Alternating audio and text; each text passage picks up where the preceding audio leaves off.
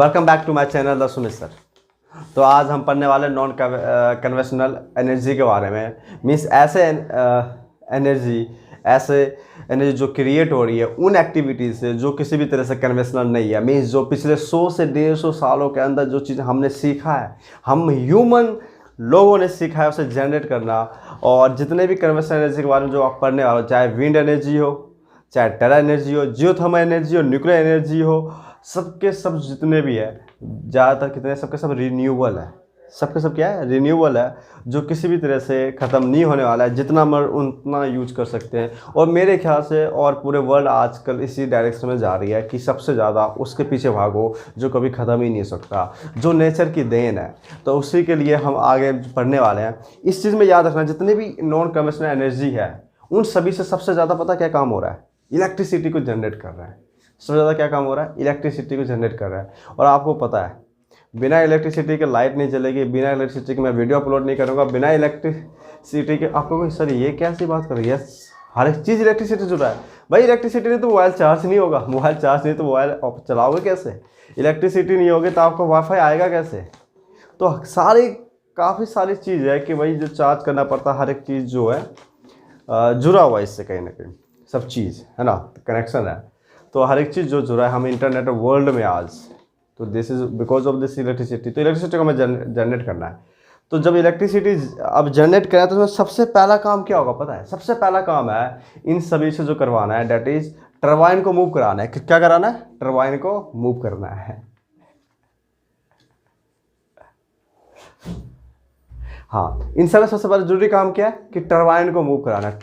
एक turbine fit होता है, उस टरबाइन को मूव कराना है। और जैसे टरबाइन घूमेगा और टरबाइन से जुड़ा होता है जनरेटर, तो जनरेटर स्टार्ट होगा। अब तो पता है आपको, अगर जनरेटर स्टार्ट हो गया तो इलेक्ट्रिसिटी प्रोड्यूस होना शुरू हो जाएगा। तो इलेक्ट्रिसिटी प्रोड्यूस करने के लिए जनरेटर को स्टार्ट करना पड़ेगा। और जनरेटर स्टार्ट करना है तो टरबाइन को मूव कराना पड़ेगा। तो टरबाइन को मूव कराने के लिए वो एनर्जी चाहिए जो टरबाइन को मूव कर दे। तो एनर्जी क्रिएट होगी डिफरेंट मेथड से, डिफरेंट तरीके से, और सारे तरीके पढ़ने हैं। तो सबसे पहले हम बात करेंगे न्यूक्लियर एनर्जी कि न्यूक्लियर एनर्जी तो न्यूक्लियर एनर्जी है, और ये काफ़ी ज़्यादा इम्पोर्टेंट रहने वाला है। अब न्यूक्लियर एनर्जी जो निकल रहा है एक एटम के न्यूक्लियस से, और एटम का न्यूक्लियस मीन्स एलिमेंट किससे बना है? एटम से। और एटम के सेंटर क्या है? न्यूक्लियस है। और न्यूक्लियस में न्यूट्रॉन प्रोटॉन जो होता है वहीं से एनर्जी रिलीज हो रही है, जिसे हम न्यूक्लियर एनर्जी कह रहे हैं, जो काफ़ी ज़्यादा इंपॉर्टेंट है, जिसका यूज़ कर रहे हैं इलेक्ट्रिसिटी को जनरेट करने में। तो याद रखना, दो तरह के रिएक्शन होता है, एक न्यूक्लियर फ्यूजन होता है और एक न्यूक्लियर फिजन होता है। ये दोनों रिएक्शन होते हैं। आप मुझे ये बताओ, इन दोनों में से कौन सा रिएक्शन है जो हमारा सन करता है? सन के अंदर जो इतनी हीट है, इतनी लाइट हमारे पास आ रही है, कौन से रिएक्शन से? न्यूक्लियर फ्यूजन से या न्यूक्लियर फिजन से? तो याद रखना, जो न्यूक्लियर एनर्जी हमें जो जनरेट जो कर रहे हैं हम, ये इस मेथड से कर रहे हैं हम। किससे? न्यूक्लियर फिजन से। न्यूक्लियर फिजन का मतलब है कि एक हैवी न्यूक्लियाई, मतलब एक हैवी न्यूक्लियाई, तो जो न्यूक्लियस है वो ब्रेक हो रहा है, break down into two lighter nuclei. दो हल्के न्यूक्लियस में बदल जाने के लिए हैवी न्यूक्लियस, जिससे काफ़ी सारे एनर्जी रिलीज होती है, डेट इज न्यूक्लियर फ्यूजन। जो ये एक रिएक्शन है, और ये जो रिएक्शन जो न्यूक्लियर एनर्जी जनरेट हो रहा है वो अनकंट्रोल्ड है। अनकंट्रोल्ड, याद रखना, ये वर्ड को ध्यान रखना है। न्यूक्लियर फ्यूजन नहीं, न्यूक्लियर फ्यूजन होता है न्यूक्लियर रिएक्टर में जो रिएक्शन होता है। और न्यूक्लियर जो फ्यूजन होता है डेट इज अनकंट्रोल्ड होता है। Means uncontrolled chain reaction. यहाँ तक समझ गए होगे तो आप देखते हैं इसमें न्यूक्लियर हमें फ्यूल क्या चाहिए भाई? इसके लिए क्या फ्यूल है, मतलब क्या चीज़ चाहिए इसे करवाने के लिए? हमें चाहिए थोरियम और यूरेनियम एंड थोरियम की हमें ज़रूरत पड़ती है। तो इंडिया में क्या ये मिलता है? हाँ भाई, पहले तक तो ढूंढ नहीं पाए थे, लेकिन दूसरे देश से मंगवाना पड़ता था, ऑस्ट्रेलिया या फिर अफ्रीका के कोई कंट्री से। लेकिन अब हमारे देश में खुद प्रोडक्शन हो रहा है, तो सोच लो आने वाले समय में कितना पावरफुल बनने वाले हैं। और ये दोनों दोनों जो है कहाँ मिल रहा है, झारखंड में मिल रहा है एंड राजस्थान में मिल रहा है। और राजस्थान की बात करें तो अरावली जो रेंज है, जो हमारे इंडिया के सबसे ओल्डेस्ट रेंज है, मीन्स दुनिया के सबसे ओल्डेस्ट रेंज में से एक है, तो वहाँ पे है ये मिल रहा है। उसके अलावा केरला मिल रहा है, थोरियम जो है केरला में मिल रहा है। और केरला में कहाँ, केरला के पास जो मोनजाइट सैंड काफ़ी ज़्यादा मात्रा में मिलती है क्योंकि समुद्र के किनारे है, और इस सैंड में जो है थोरियम की मात्रा मिली है। तो ये थोरियम यूरेनियम न्यूक्लियर फ्यूल चाहिए। उसके अलावा इंपॉर्टेंट प्लांट्स है, न्यूक्लियर प्लांट है, क्या है न्यूक्लियर प्लांट।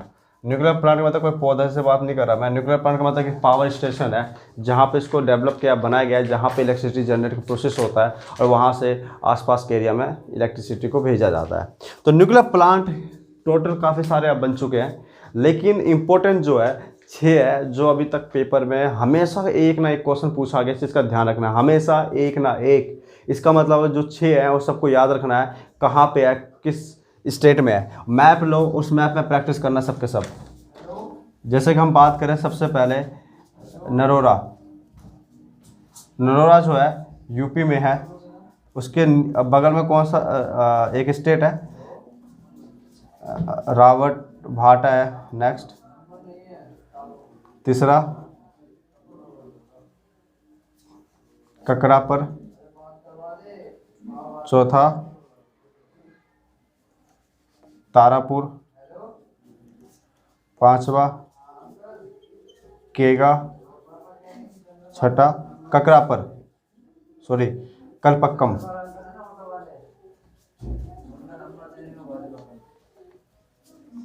देखो यूपी है, यूपी के बगल में कौन सा स्टेट है, राजस्थान। राजस्थान के नीचे गुजरात, गुजरात के नीचे महाराष्ट्र, महाराष्ट्र के नीचे कर्नाटका, कर्नाटका के नीचे तमिलनाडु। तो इस हिसाब से बस याद रख लेना कि पूरा जो इंडिया का जो अगर हम बात करें ये इस वाले रूट पे जो है बना पड़ा है, यहाँ फिर यहाँ फिर यहाँ फिर यहाँ फिर यहाँ फिर यहाँ, इस वाले रूट पे। तो दैट इज़ ये काफ़ी इंपॉर्टेंट, इन सबको लिख लो अच्छे से नोट्स और इन्हें याद कर लो। तो अब बढ़ेंगे नेक्स्ट की तरफ। सोलार एनर्जी मत पढ़ना इसे। सोलर एनर्जी हमें कहाँ से मिल रहा है भाई, ये मिल रहा है सन से मिल रहा है। हमें कहाँ से मिल रहा है, हमारे ईश्वर सन से। तो सोलर एनर्जी से हमें हीट एनर्जी और लाइट एनर्जी मिलती है। जो सोलर की जो हीट होती है, एनर्जी होती है, उसको डायरेक्टली कन्वर्ट किया जा सकता है इलेक्ट्रिसिटी में, जो इंडिया में हो रहा है।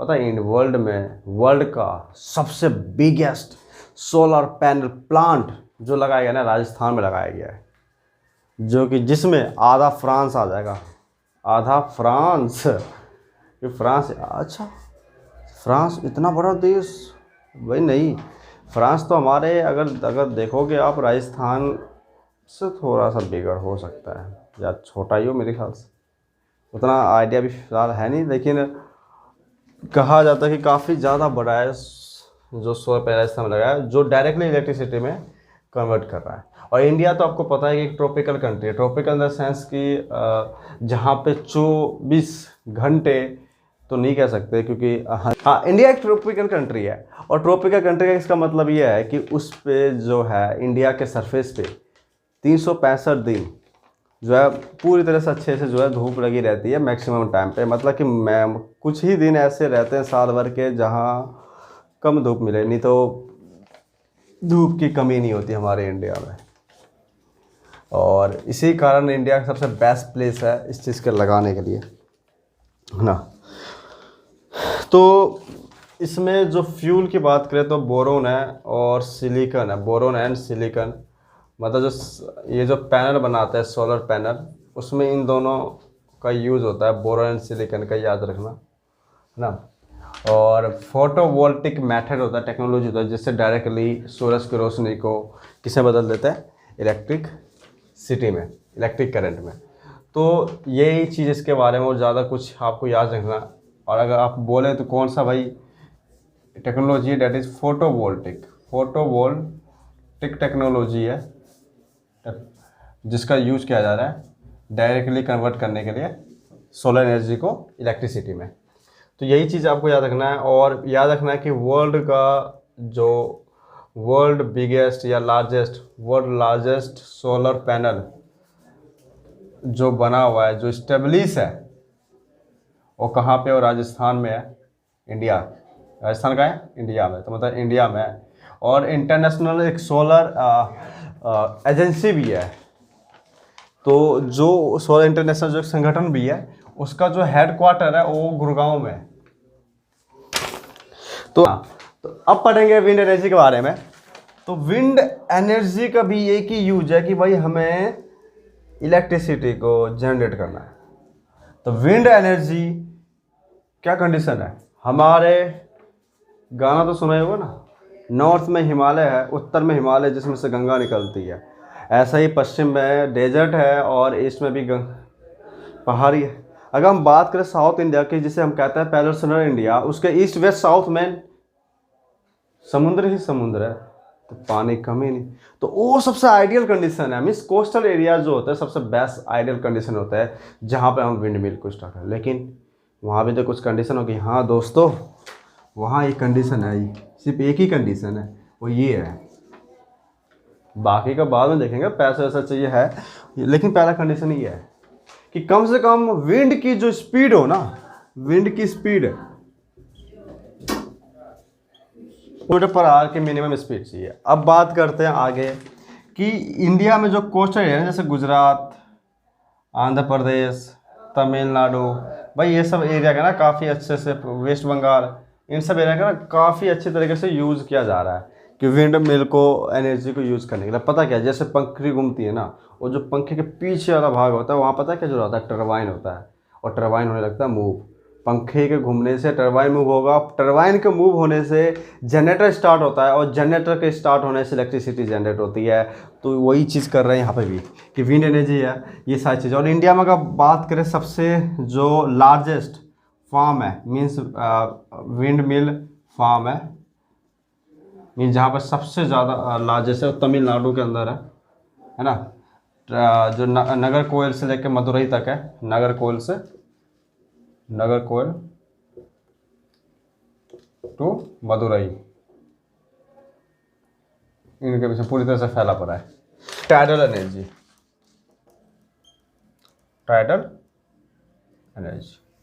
तो भाई टाइडल एनर्जी में क्या पढ़ना है? टाइड से जो एनर्जी जनरेट होगी, जो आती है, जिसे कहते हैं टाइड एनर्जी, टाइडल एनर्जी। तो टाइड कहाँ आता है भाई? ओशन में आएगा, नदी में नहीं आते। तो ओशन कहाँ होते हैं? कोस्टल एरिया, ओशन के बगल में तो कोस्टल एरिया होते हैं। तो भाई इसका मतलब है ये भी साउथ इंडिया में ही लगेंगे, नॉर्थ इंडिया में नहीं लग सकते। तो टाइडल एनर्जी जो है, जिससे टाइडल से टाइडल एनर्जी जन रहा है, जो टाइड कहाँ आ रहा है? ओशन में आ रहा है। तो उससे जो हम उस ओशन में टाइड आते हैं, और उस टाइड को से जो एनर्जी हम गेन कर सकते हैं, दैट इज टाइडल एनर्जी। उस टाइडल एनर्जी का यूज किया जा सकता है इलेक्ट्रिसिटी को जनरेट करने में। और फिर वही मैटर रहेगा, पहले भाई टरबाइन को मूव कराओ, जनरेटर स्टार्ट हो जाएगा, जनरेटर स्टार्ट हुआ तो इलेक्ट्रिसिटी जनरेट हो जाएगी। तो बस वही चीज़ है और कुछ नहीं। लेकिन ये नॉर्मली अगर देखा जाए कहाँ पे, यहाँ पे एक ये है हमारा साउथ का पार्ट इंडिया का। तो एक तो ये वाला भाग जो है, जो वेस्ट बंगाल है, मीन्स सुंदरबन वाला, तो ये सुंदरबन, और एक ये वाला एरिया है, और एक ये वाला एरिया है। तो ये वाला एरिया कहते हैं वे ऑफ कॉम्बे, कॉम्बे खंबात की खाड़ी, और इसे कहते हैं गल्फ ऑफ कच्छ।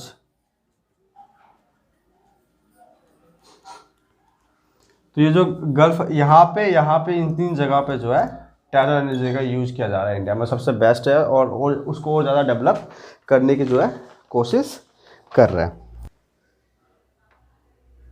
हाँ, तो अब पढ़ते हैं बायोगैस के यूजेस के बारे में, ठीक है। तो बायोगैस के बारे में क्या पढ़ना है? बायोगैस, तो यार बायोगैस मतलब एक जो मैटर, जिस मैटर से बायोगैस बनता है ना, उस मैटर से एक चीज़ और बनता है, जैसे हम कहते हैं मैन्योर। मतलब दो प्रोडक्ट बनते हैं, एक तो मैन्योर होता है, दूसरा बायोगैस होता है। मैन्योर का तो हम एज ए फर्टिलाइज़र यूज कर लेते हैं, मतलब खेतों, फर्टिलाइज़र खेतों में, फील्ड में। लेकिन बायोगैस को तो हम किचन में यूज करते हैं, लेकिन बायोगैस को बनाने के लिए चाहिए क्या हमें? बायोगैस बनाने के सिंपल मेथड है, कुछ ज़्यादा यार कुछ मतलब ज़्यादा एडवांस टेक्नोलॉजी या फिर ऐसे प्रोडक्ट्स रॉ मटेरियल जो शायद मिले ना, ऐसा कुछ नया नहीं होता, सिंपल है।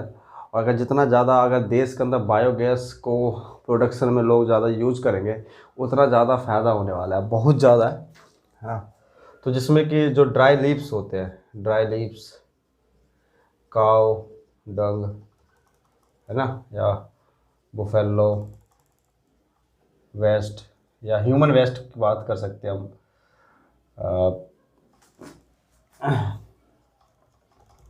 है ना, या फिर हम बात कर सकते हैं प्लांट वेस्ट और का, ये सारी चीज़ों को जो है एक जगह इकट्ठा कर लेते हैं और ज़मीन के नीचे दफनाते रहते हैं और वहाँ पे उसे बंद कर देते हैं और दो जगह से खाली रह सकते हैं, एक तरफ से ताकि जिससे हम खाद को निकाल सकें मैन्योर का, और दूसरी तरफ पाइप जैसा स्ट्रक्चर बना देते हैं ताकि वहाँ से गैस निकले, है ना, और उसको फिर सिलेंडर पैक करके बेचा जाता है। तो ये डेट इज़ बायोगैस जो। और इसमें इम्पोर्टेंट चीज़ जो आपको याद रखनी है डेट इज़ कि दो इम्पोर्टेंट मतलब सबसे ज़्यादा टू मेन जो कंस्टिट्यूएंट्स होते हैं, मीन्स जो बायोगैस के अंदर है ना, वो एक कार्बन डाइऑक्साइड होता है, दूसरा CH4 होता है। CH4 सबसे ज़्यादा होता है। CH4 का मतलब मीथेन गैस, ठीक है। अपना अच्छा लाइटर का नाम सुना, लाइटर, उसमें ब्यूटेन होता है। इसका फॉर्मूला बताना, कमेंट करो इसका फॉर्मूला क्या होगा ब्यूटेन का। नेक्स्ट लास्ट जो इस चैप्टर का है, जियो थर्मल एनर्जी। क्या है? जियो थर्मल एनर्जी। तो भाई जियो थर्मल एनर्जी क्या होता है? यहाँ क्या लिखा है? जियो, जियो ठीक है भाई, अर्थ, थर्मल, जहाँ भी वर्ड थर्मल आ जाए हीट, तो अर्थ हीट, भाई पृथ्वी के पास गर्मी है तो अर्थ को हीट को यूटिलाइज करेंगे हम। मीन्स हमारे पृथ्वी में क्या है, डिफरेंट डिफरेंट जगह पे चट्टानें पृथ्वी के नीचे, नई बात नहीं बता रहा है ना, हाँ, और बारिश भी होती है, ये भी नई बात नहीं है। लेकिन बारिश जो है ना मिट्टी सोख लेती है और नीचे पत्थर है उनके बीच में चले जाती है। कुछ कुछ होते हैं जो पहाड़ी इलाके में मतलब माउंटेनियस एरिया में या फिर ऐसे एरिया जहाँ कहीं ना कहीं टेक्टोनिक मूवमेंट ज़्यादा होने के चांसेस कंडीशन होते हैं, तो उनके नीचे ना ज़्यादा डीप ना जाते हुए भी क्या होता है कि हीट ज़्यादा रहती है। वाटर का जैसे नीचे जाता है ना तो वो वाटर किसमें पता लगता है? वाटर वेपर में। Death process is called evaporation. तो उसके कारण क्या होता है, नीचे गैस बनना शुरू हो चुका है और गैस क्या लगेगा? हमेशा प्रेशर, है ना। तो प्रेशर लगाएगा तो वहाँ से निकलने की कोशिश करता है, जैसे जिसको कोई थोड़ी सी भी गैप मिल जाती है वहाँ से निकलना शुरू कर देता है। और अगर प्रेशर बढ़ गया तो उसको वो फोड़ भी देता है, तोड़ भी देता है, बाहर निकलना शुरू कर देता है। और जब बाहर निकलना शुरू कर देता है कभी कभी 1 मीटर, कहीं 10 मीटर, कहीं 15 मीटर तक ऊपर जाता है सीधा वो गैस के रूप में ऊपर, जिसे कहीं स्प्रिंग भी कहता है। सबसे ज़्यादा अमेरिका में मिलेगा, ये सर्च कर सकते हो आप, है ना, देख लो कैसे होता है। और दूसरा चीज़ जो इंडिया की बात करें, इंडिया में भी ऐसे ही है। तो वहाँ क्या करता है, ढूंढते जगह ये कहाँ पे पॉसिबिलिटी है कि जियो थर्मल एनर्जी को यूज़ कर सकते हैं, पाइप को सेटअप कर देते हैं। और पाइप को सेटअप कर देते हैं इसका मतलब नीचे की जो गर्मी है, हमारी अर्थ की जो गर्मी है, उसको बाहर निकलने का मौका मिल रहा है। अब उसी पाइप के थ्रू आएगा, जब उस पाइप के थ्रू आएगा तो प्रेशर नीचे से आता है तो बहुत ज़्यादा हाई प्रेशर के साथ आता है। तो उसको यूज़ किया जाता है टरबाइन को मूव करने के लिए। टरबाइन मूव हो गया तो जनरेटर स्टार्ट हो गया, जनरेटर स्टार्ट हो गया तो क्या हो जाएगा? इलेक्ट्रिसिटी जनरेट हो जाएगी। तो यही चीज़ कर रहे हैं और कुछ नहीं। तो लेकिन अब ये प्रोसेस तो समझ गए तुम, लेकिन अभी समझना है कि इंडिया में ये है क्या सच में? हाँ भाई है, लद्दाख में है। लद्दाख में क्या? पूगा वैली, ये फेमस है पूगा वैली इसी चीज़ के लिए। और हिमाचल प्रदेश में भी है, हिमाचल प्रदेश में भी है। हिमाचल प्रदेश में कहाँ? मणिकरण, मणिकरण। और इसके अलावा जो है एक पार्वती वैली, पार्वती वैली। ये 3 जगह है जहाँ पे इंडिया में इसको यूज किया जा रहा है ना। तो इस हिसाब से जो है आपका चैप्टर का होता है द एंड। तो चैप्टर यहाँ ख़त्म हो चुका है और ये पूरा चैप्टर जो आप ये आखिरी वीडियो तो आपने पढ़ लिया होगा सारी चीज़, तो आपको लगा कि आपने कुछ सीखा है। कुछ नहीं, बहुत कुछ सीखा है जो काफ़ी ज़्यादा इन्फॉर्मेटिव है, काफ़ी नॉलेजेबल है और ये काफ़ी काम आने वाले हैं आपको। यहाँ तक कि जो 10th में वहाँ भी, उसके बाद अगर आप में से किसी ने आर्ट्स लिया 11th 12th में उनको, या फिर कोई आप में से कोई कॉम्पिटिशन की तैयारी करेगा, वहाँ भी काफ़ी ज़्यादा काम आने वाला है ये, है ना। तो please support your sir, that is Sumit sir. और फिर मिलेंगे नेक्स्ट वीडियो में और नेक्स्ट टॉपिक के साथ। जो आपको समझना है आप कमेंट में करो, मैं उस चैप्टर पर नए से जल्दी वीडियो लाऊंगा। Thank you so much. फिर मिलेंगे नेक्स्ट वीडियो में। जय हिंद।